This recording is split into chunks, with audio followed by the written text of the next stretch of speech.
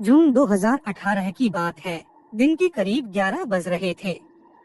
Jaisinghpur police थाने के assistant inspector Shahaji Nikam और समीर गायकवाड़ किसी मामले को लेकर बातचीत कर रहे थे। तभी 11 वर्षीय बच्चे के साथ सूर्यकांत शिंदे वहां पहुंचा। उसे देखकर निकम और शिंदे गायकवाड़ स्तब्ध रह गए।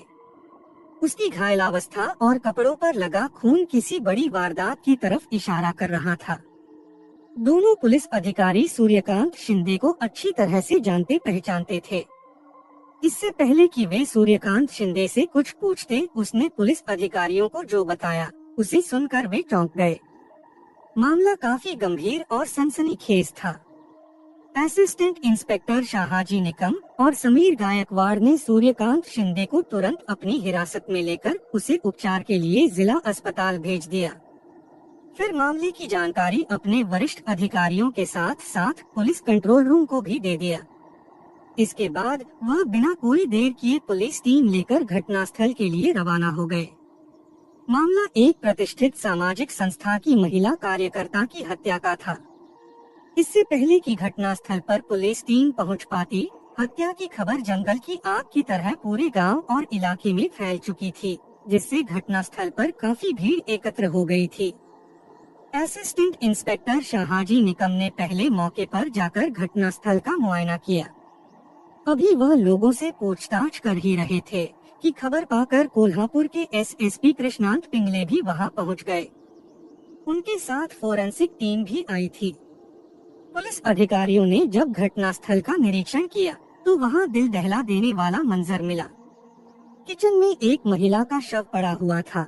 शव के चारों तरफ खून ही खून फैला था। घटनास्थल का दृश्य दिल दहला देने वाला था। मृतका के शरीर और सिर पर कई घाव थे, जो काफी गहरे और चौड़े थे। खून से सनी कुल्हाड़ी भी वहीं पड़ी थी। लग रहा था कि मृतका पर उसी कुल्हाड़ी से हमला किया गया था। फोरेंसिक टीम का काम खत्म होने के बाद एसएसपी कृष्णांत पिंगले ने मामले की जांच असिस्टेंट इंस्पेक्टर शाहाजी निकम और समीर गायकवाड़ को करने का निर्देश दिया। पुलिस ने खून से सनी कुल्हाड़ी अपने कब्जे में ले ली और लाश पोस्टमार्टम के लिए स्थानीय अस्पताल भेज दिया। पता चला मृतका का नाम माधुरी पाटिल था। इस बीच सूचना पाकर उसके घर वाले भी आ गए थे। यह घटना महाराष्ट्र के जिला कोल्हापुर के उदगांव में घटी थी। चूंकि आरोपी सूर्यकांत शिंदे ने घटना के बारे में पुलिस को पहले ही बता दिया था, इसलिए पुलिस ने उसके खिलाफ रिपोर्ट दर्ज कर लिया। सूर्यकांत शिंदे ने अपने ऊपर हुए हमले और पत्नी की हत्या की जो कहानी बताई, वह चौंकाने वाली थी। 42 वर्षीय सूर्यकांत शिंदे के पिता महादेव शिंदे गांव के एक साधारण किसान थे। वह सीधे साधे और नेकदिल इंसान थे। गांव वालों की मदद के लिए वह अक्सर तैयार रहते थे। इसी वजह से गांव वालों के बीच उनके प्रति आदर और सम्मान था। परिवार में उनकी पत्नी आनंदीबाई शिंदे के अलावा इकलौता बेटा सूर्यकांत शिंदे था। वह हाई स्कूल तक ही पढ़ सका था। ज्यादा पढ़ा लिखा न होने की वजह से उसे ठीक सी नौकरी नहीं मिली, तो वह सांगली के एक बिल्डर के यहाँ सुपरवाइजर का काम करने लगा। माधुरी पाटिल और सूर्यकांत शिंदे की मुलाकात करीब 18 साल पहले सांगली की एक कंस्ट्रक्शन साइट पर हुई थी। माधुरी अपने परिवार के साथ सांगली के बैरन बाजार में रहती थी। परिवार के मुखिया लक्ष्मण पाटिल का निधन हो चुका था। मां मंगला पाटिल पर 2 बेटियों की जिम्मेदारी थी। बड़ी बेटी सविता की शादी हो चुकी थी। माधुरी की जिम्मेदारी बाकी थी। परिवार की आर्थिक स्थिति ठीक नहीं थी। पूरा परिवार खाने के टिफिन तैयार कर अपना गुजारा किया करता था। सूर्यकांत शिंदे जब कंस्ट्रक्शन साइट पर गया तो उसके खाने का बंदोबस्त माधुरी के टिफिन बॉक्स से हो गया था। माधुरी देखने में सुंदर और चंचल स्वभाव की आधुनिक विचारों वाली युवती थी। शिंदे की तरह वह भी ज्यादा पढ़ लिख नहीं पाई थी, लेकिन जितनी भी पढ़ी थी उसके लिए काफी था। वह इतनी होशियार थी कि किसी से भी बेझिझक बात करती थी। वह जिससे भी एक बार बातें कर लेती, वह उसकी तरफ खिंचा चला आता था। यही हाल सूर्यकांत शिंदे का भी हुआ। वह माधुरी की पहली झलक में ही उसका दीवाना हो गया था। वह जब भी माधुरी के घर पर खाना खाने जाता था, उसकी नजर खाने पर कम माधुरी पर ज्यादा रहती थी। टिफिन की तारीफ तो वह करता ही था, साथ साथ उसे अच्छी टिप भी दिया करता था। शुरू में तो 20 वर्षीय माधुरी को सूर्यकांत शिंदे के इरादों का आभास नहीं हुआ, लेकिन वह जल्द ही उसकी आंखों की भाषा समझ गई। धीरे धीरे माधुरी भी उसकी ओर आकर्षित होने लगी। उसे अपने सपने और अरमान सूर्यकांत शिंदे में ही पूरे होते दिख रहे थे। माधुरी जल्दी ही मन सूर्यकांत शिंदे को जीवन साथी के रूप में देखने लगी। विचार मिले तो दोनों ने शादी का फैसला कर लिया। यह बात जब दोनों के परिवार वालों को पता चली तो उन्होंने दोनों की शादी पर कोई ऐतराज नहीं किया। जल्दी ही साधारण तरीके से दोनों की शादी हो गई। शादी के बाद सूर्यकांत शिंदे माधुरी के साथ अपने गांव में रहने लगा। इसी बीच सूर्यकांत के पिता की मृत्यु हो गई तो घर की जिम्मेदारी उसी के कंधों पर आ गई। वह बखूबी अपनी जिम्मेदारी निभाने लगा। प्राइवेट नौकरी होने की वजह से सूर्यकांत सप्ताह में एक दिन ही घर आ पाता था। एक रात रुककर वह अगले दिन वापस सांगली चला जाता था। घर में सिर्फ सूर्यकांत की बूढ़ी माँ और भाई ही रह जाते थे। ऐसी स्थिति में माधुरी को अपने सारे सपने और अरमान बिखरते नजर आ रहे थे। ऊपर से पुराने ख्यालों की सूर्यकांत की बूढ़ी माँ को माधुरी का आधुनिक विचारों वाला आचरण पसंद नहीं था, जिसे लेकर घर में कलह और सास बहू में अक्सर लड़ाई झगड़े होने लगे। पहले तो सूर्यकांत शिंदे ने माधुरी को समझाया, लेकिन जब उसने साफ कह दिया कि वह सास के साथ हरगिज नहीं रहेगी, तो सूर्यकांत माधुरी को लेकर शिरोल तालुका के चिपड़ी गांव में किराए के मकान में रहने लगा। समय अपनी गति से चल रहा था। माधुरी एक बेटी और एक बेटे की मां बन गई। पति पत्नी ने दोनों बच्चों को अच्छी परवरिश दिया। बेटी 12वीं में पढ़ रही थी तो बेटा कक्षा 2 में था। बच्चे बड़े हुए तो घर के खर्चे भी बढ़ गए, जबकि आमदनी सीमित थी। इस सब के चलते माधुरी को अपने खुद के खर्चों में कटौती करने की नौबत आ गई। उसे अपने सपने धूमिल होते नजर आने लगे। फलस्वरूप इसे लेकर उसकी पति से नोकझोंक शुरू हो गई, जो रोजाना के झगड़े में बदलती चली गई। नतीजा यह हुआ कि दोनों के रिश्तों में दरार आ गई, जिसकी वजह से सूर्यकांत शिंदे को मजबूरन कंस्ट्रक्शन साइट की नौकरी छोड़नी पड़ी। माधुरी को किनारे करके वह गांव में अपनी बूढ़ी माँ के साथ रहने लगा। माधुरी ने सास के साथ रहने से मना कर दिया था, इसलिए वह बच्चों को लेकर अपने मायके चली गई थी। घर तो चलाना ही था, लिहाजा सूर्यकांत ने एक प्राइवेट कंपनी में नौकरी कर लिया। अब वह पत्नी के साथ नहीं रहना चाहता था, लिहाजा उसने अदालत में पत्नी से तलाक लेने की अर्जी दाखिल कर दिया, जिसका माधुरी ने विरोध किया। उसके विरोध पर कोर्ट ने तलाक के मामले को कुछ दिनों के लिए पेंडिंग में रखकर सूर्यकांत शिंदे को आदेश दिया कि वह माधुरी को गुजारा और रहने के लिए आधा घर दे। अदालत के आदेश के बाद माधुरी दोनों बच्चों के साथ आकर रहने लगी। माधुरी और सूर्यकांत शिंदे के बीच आई दरारें तब और गहरी हो गईं, जब वह संतोष माने और प्रमोद पाटिल के संपर्क में आई और उनकी सामाजिक संस्था भूमाता ब्रिगेड व शिवाजी छत्रपति से जुड़ गई।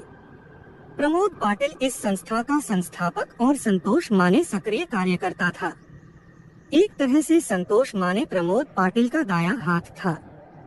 इस संस्था की पूरे कोल्हापुर जिले में कई शाखाएं थीं, जिसमें हजारों कार्यकर्ता थे।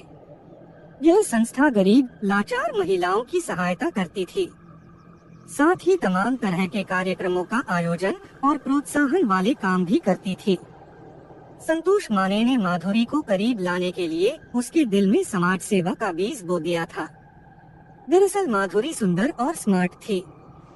संतोष माने ने जब उसे देखा तो वह उसका दीवाना हो गया था। 2 बच्चे होने के बाद भी उसके शरीर का कसाव वैसे का वैसा ही था। संतोष माने उसके गांव के पड़ोस में ही रहता था। वैसे उसका विवाह हो चुका था और उसके 2 बच्चे भी थे।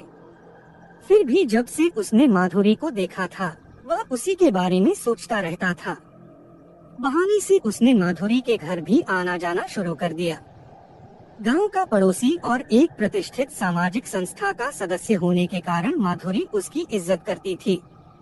माधुरी और संतोष माने के बीच की दूरियां कम हुई तो वह माधुरी की रगों में सामाजिक कार्यक्रमों के रंग भरने लगा।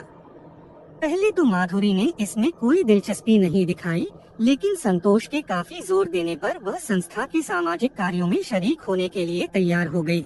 संतोष माने ने माधुरी को संस्था के संस्थापक प्रमोद पाटिल से मिलवाया।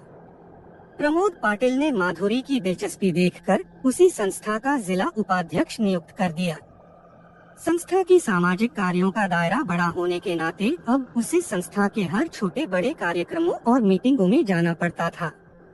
व्यस्तता की वजह से माधुरी का समय अपने बच्चों के साथ कम और बाहर अधिक बीतने लगा। यह बात सूर्यकांत शिंदे को अच्छी नहीं लगी। उसने कई बार माधुरी को बच्चों के प्रति सचेत करके समझाया, लेकिन उसने पति की बातों पर ध्यान नहीं दिया। वह संतोष माने के साथ अधिक रहने लगी, जिसका नतीजा यह हुआ कि माधुरी अपनी सीमा लांघ गई। जब यह बात धीरे धीरे गांव और गलियों में होते हुए सूर्यकांत के कानों तक पहुंची तो उसका खून खौल उठा। उसने भले ही माधुरी को तलाक का नोटिस दिया था, लेकिन अभी तक तलाक हुआ नहीं था। वह अभी भी कानूनी और सामाजिक तौर पर उसकी पत्नी थी। पत्नी की वजह से उसकी और उसके परिवार की समाज में बुराई हो, वह सहन नहीं कर सकता था, जिसकी वजह से माधुरी और सूर्यकांत शिंदे के बीच अक्सर लड़ाई झगड़ा मारपीट होने लगी। मामला पुलिस थाने तक जाता था, लेकिन पुलिस इसे एक पारिवारिक झगड़ा समझकर कोई कार्यवाही नहीं करती थी। माधुरी को परेशान देखकर संतोष माने से रहा नहीं गया, तो उसने प्रमोद पाटिल से मशविरा करके सूर्यकांत शिंदे को आड़े हाथों लिया। उसने शिंदे को चेतावनी दी कि अगर वह माधुरी और उसके बीच दीवार बनने की कोशिश करेगा, तो प्रमोद पाटिल और वह उसे हमेशा हमेशा के लिए माधुरी के रास्ते से हटा देंगे। लेकिन हुआ इसका उल्टा। 26 जून 2018 को सूर्यकांत शिंदे जब माधुरी के घर के अंदर गया तो उसका धैर्य जवाब दे गया। उसने किचन के दरवाजे के सुराख से अंदर देखा तो माधुरी और संतोष माने आपत्तिजनक स्थिति में थे। यह देखकर उसके होश उड़ गए। वह अपने आप को रोक नहीं सका और उन्हें भद्दी भद्दी गालियां देते हुए दरवाजा जोर जोर से पीटने लगा। आवाज सुनकर सूर्यकांत शिंदे की बूढ़ी माँ और अन्य लोग भी वहां आ गए। इसके पहले कि लोग कुछ समझ पाते, किचन का दरवाजा खुला और हाथ में कुल्हाड़ी लिए संतोष माने किचन से बाहर निकला। आते ही उसने सूर्यकांत शिंदे पर हमला बोल दिया। सूर्यकांत ने कुल्हाड़ी का पहला वार अपने हाथों पर झेल लिया। दूसरा वार करने से पहले ही सूर्यकांत संभल गया और उसने संतोष माने को जोर से धक्का देकर जमीन पर गिरा दिया, जिससे उसके हाथों से कुल्हाड़ी छूट गई और वह सूर्यकांत शिंदे ने उठा लिया। अपने ऊपर हुए हमले के कारण सूर्यकांत शिंदे भी अपना आपा खो बैठा था। उसने संतोष माने पर कुल्हाड़ी का वार कर दिया। इससे पहले कि कुल्हाड़ी माने को लगती, माधुरी बीच में आ गई और कुल्हाड़ी का सीधा वार माधुरी के सिर पर हुआ। तभी संतोष माने यह कहते हुए वहां से भाग निकला कि प्रमोद पाटिल उसे छोड़ेगा नहीं। संतोष माने तो वहां से निकल गया, लेकिन माधुरी पति के गुस्से का शिकार बन गई। शिंदे ने उस पर कई वार किए। कुछ ही देर में माधुरी की मौत हो गई। इसके बाद सूर्यकांत शिंदे अपने बेटे शिवराज को साथ लेकर जयसिंहपुर थाने पहुंच गया और उसने पुलिस को पूरी बात बता दिया। पुलिस ने उसका इलाज कराकर उसे गिरफ्तार कर जेल भेज दिया। सूर्यकांत शिंदे से पूछताछ करने के बाद जांच अधिकारी शाहाजी निकम और समीर गायकवाड़ ने भूमाता ब्रिगेड व छत्रपति शिवाजी सामाजिक संस्था के संस्थापक प्रमोद पाटिल और संतोष को सूर्यकांत शिंदे के ऊपर जानलेवा हमला करने और धमकी देने के आरोप में गिरफ्तार कर लिया। प्रमोद पाटिल और संतोष माने की गिरफ्तारी पर भूमाता ब्रिगेड और शिवाजी छत्रपति सामाजिक संस्था के कार्यकर्ताओं के बीच में हड़कंप मच गया। शिरोल तालुका की अध्यक्ष तृप्ति देसाई ने कार्यकर्ताओं के साथ प्रमोद पाटिल और संतोष माने की गिरफ्तारी का विरोध किया, लेकिन कानून सबके लिए बराबर होता है, चाहे कोई समाज सेवक हो या खास आदमी। कहानी को लास्ट तक सुनने के लिए आपका धन्यवाद। इस कहानी के बारे में अपनी राय कमेंट करके जरूर बताइएगा और ऐसी ही अपराध की सच्ची कहानियों के लिए हमारे चैनल क्राइम की कहानी को सब्सक्राइब कर लीजिए। कहानी को लाइक और शेयर जरूर करें। धन्यवाद।